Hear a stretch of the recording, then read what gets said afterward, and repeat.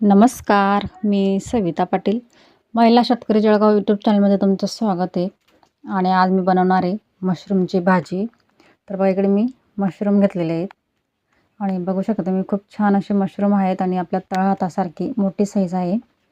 तर आज आपल्याला मस्त मशरूमची भाजी बनवायची आहे. तर आता आपण अगोदर पाण्यामधून स्वच्छ धुवून घ्यायचे आहेत. आणि हे मशरूम आपण वर्षामधून 2 ते 3 वेळा तरी ही भाजी आपण खायलाच पाहिजे. खूप छान लागते. तुम्ही सुद्धा घरी करून बघा. तर अशा पद्धतीने मी पूर्ण आता 2 पाण्यांमध्ये स्वच्छ धुवून घेते आणि धुतल्यानंतर आपल्याला साईडला आता दुसऱ्या भांड्यामध्ये काढून घ्यायचे आहेत. आणि भांड्यामध्ये काढल्यानंतर त्याला 10 ते 15 मिनटं असंच ठेवायचं आहे, कारण त्याच्यातलं जे पाणी आहे ते निघून जाईल. तर मी बघा 15 मिनटानंतर आता याचे छोटे छोटे असे काप करून घेणार आहे. तर याला सुरीची काही गरज नाही आहे. ते हातानेच ऑटोमॅटिक बघू शकता तुम्ही, हातानेच असे मस्त त्याचे काप तयार होत आहेत. खूप नाजूक असतात हे मशरूम. तर आपण आपल्या पद्धतीने छोटी किंवा मोठी साईज करायची, असे कट करून घ्यायची. तर इकडे मी कट केलेत आणि इकडे गॅसवरती गरम पाणी मी ठेवलं होतं मी अगोदरच. तर आपल्याला ह्या गरम पाण्यामध्ये 10 ते 15 मिनटं मी छान असे शिजवून घेणार आहे. आता याच्यात थोडंसं चवीनुसार मीठ टाकायचं आहे. मिठामध्ये शिजवायचे आहेत. तुम्ही तुमच्या आवडीनुसार शिजवा, कारण 10 ते 15 मिनटात छान असे मऊ होतात ते. तर आता मी असे शिजवून घेते.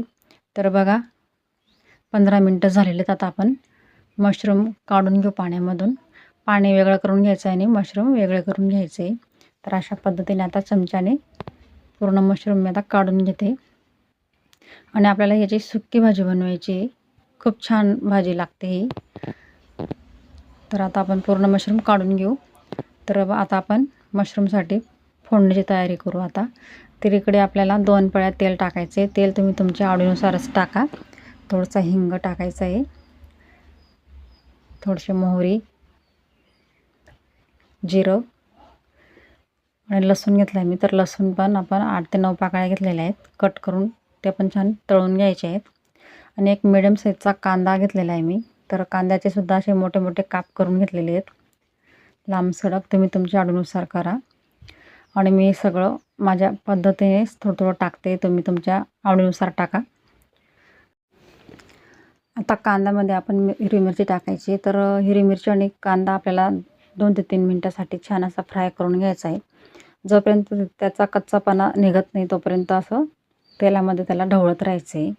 तर अशा पद्धतीने बघा मी 3 मिनटासाठी कांदा छान असा परतून घेतलेला आहे. हिरवी मिरची पण छान अशी परतून घेतलेली आहे. आता आपल्याला याच्यामध्ये मसाले ॲड करायचे. तर मी मसालेसुद्धा कमीच ॲड करणार आहे, तुम्ही तुमच्या आवडीनुसारच टाका. तर इथं बघा मी धना पावडर 1 चम्मच घेतलेली आहे, गरम मसाला 1 चम्मच, घरगुती मसाला पण 1 चम्मच, लाल तिखट 1 चम्मच, थोडीशी हळद पावडर. आता हे छान असं मिक्स करून घ्यायचे 1 मिनिटासाठी.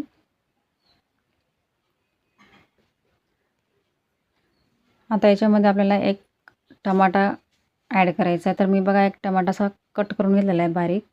कांद्यासोबत तो सुद्धा 2 मिनिटासाठी छान असा शिजवून घ्यायचा आहे. त्याला असंच ढवळत राहायचं आहे, म्हणजे मसाला करपणार नाही म्हणून. आता 2 मिनटं झालेली. तर याच्यामध्ये नॉर्मल थोडंसं पाणी टाकणार आहे आणि या पाण्यात आपल्याला मसाला छान असा शिजवून घ्यायचा आहे. तर बघू शकता 2 मिनटं झालेले आहेत. छान असा मसाला शिजलेला आहे, टमाटा पण छान शिजलेला आहे. आता आपण जो मशरूम घेतलेला आहे तो मशरूम ॲड करायचा आता.